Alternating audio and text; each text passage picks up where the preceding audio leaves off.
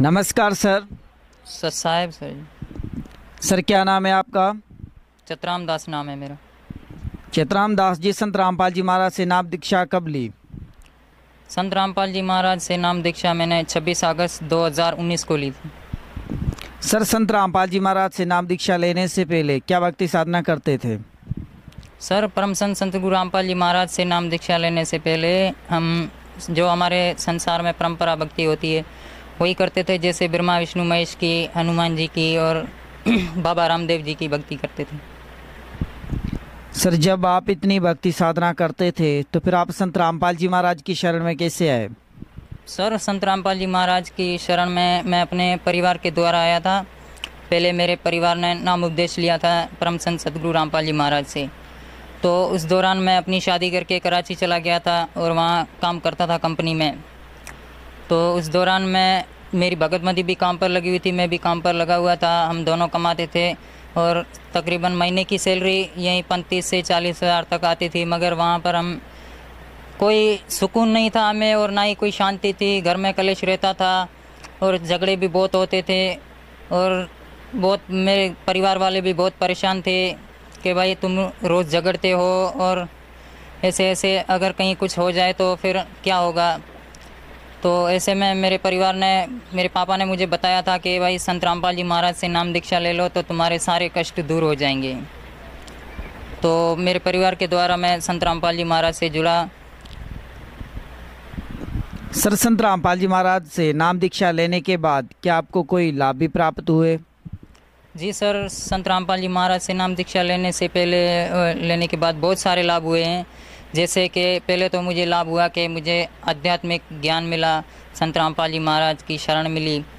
और दूसरा, इस मानुष जन्म का पता चला कि मानुष जन्म बहुत ही अनमोल है, ये बार बार नहीं मिलता और केवल भक्ति के लिए ही मिलता है। तो हमें इस मानुष जन्म में जो लाभ उठाना चाहिए वो भक्ति करनी है और परम मोक्ष कराना है।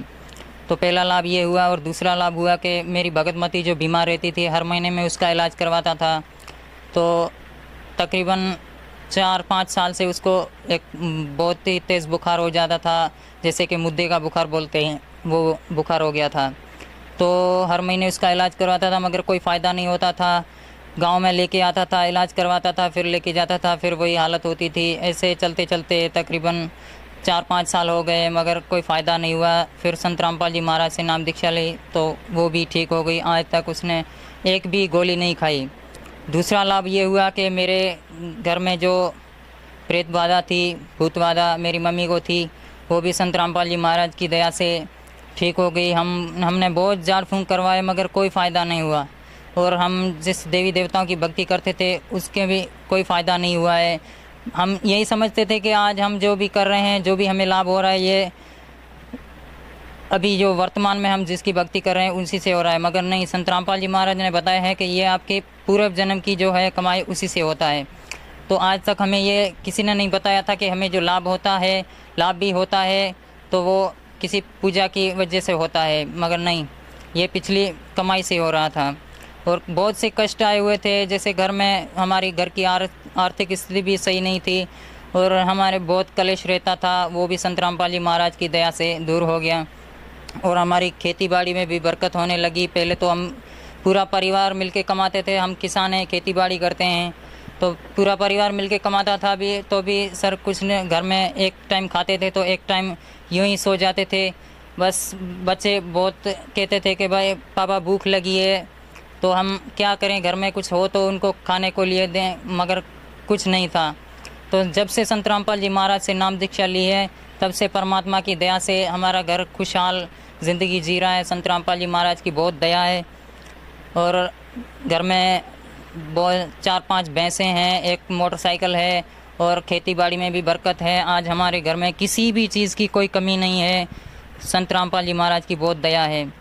तीसरा लाभ ये हुआ कि सर जी, हम पहले तो नशा करते थे और बहुत झगड़ा करते थे घर में। संत रामपाल जी महाराज की दया से वो भी नशा छूट गया। मैं चरस पीता था और शराब भी पीता था और ये सब विकार दास में थे और मांस भी खाता था, वो भी संत रामपाल जी महाराज की दया से सब विकार छूट गए। सर आपने कहा कि आप बहुत सारा नशा करते थे, चरस वगैरह पीते थे, तो सर क्या संत रामपाल जी महाराज को जिसके खाने से जो है नशा छूट जाता है? सर संत रामपाल जी महाराज कोई जड़ी बूटी नहीं देते। संत रामपाल जी महाराज वेदों के अनुसार, गीता के अनुसार भक्ति बताते हैं और वो वास्तविक मंत्र देते हैं जिनसे वो नशा अपने आप छूट जाता है। जैसे कि हमारे इन शरीर में कमल बने हुए हैं, इन कमलों में ये देवता रहते हैं, ब्रह्मा विष्णु महेश, और गणेश जी है, दुर्गा जी है। इनके वास्तविक जो मंत्र देते हैं वो हम जाप करते हैं और उसी से वो अपने आप नशा छूट जाता है। सर आपने बताया कि आपकी भगतमती को जो है मुद्दे का बुखार था और आपकी मम्मी को जो है प्रेत की जो बाधाएं थी, तो आपने संत रामपाल जी महाराज से इनाम दीक्षा लेने के बाद जो है आपकी भगतमती की तबीयत भी ठीक हो गई और आपकी माता जी की जो है भूत प्रेत की बाधा भी ठीक हो गई।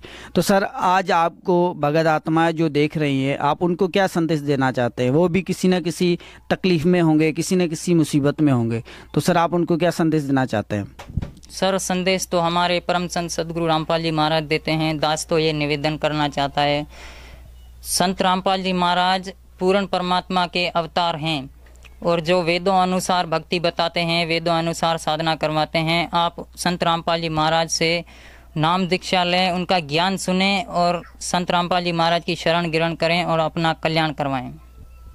सर संत रामपाल जी महाराज से नाम दीक्षा कैसे ली जा सकती है? सर संत रामपाल जी महाराज से नाम दीक्षा बहुत ही आसान तरीका है। जैसे कि साधना चैनल पर संत रामपाल जी महाराज का सत्संग आता है 7 बजे से लेकर 8 बजे तक। वो उसके नीचे एक पीली पट्टी चलती है, उस पर नंबर दिए गए हैं। उस नंबर पर आप संपर्क करके संत रामपाल जी महाराज की ज्ञान गंगा पुस्तक है, जीने की राह है, वो मंगवा सकते हैं। और साधना चैनल पर सत्संग है, वो सत्संग देखें। उसमें संत रामपाल जी महाराज वेदों के अनुसार खोल के बताते हैं कि भाई सत भक्ति ये है, ये भक्ति करके आप अपना मोक्ष करवाएं। धन्यवाद सर। सत साहिब।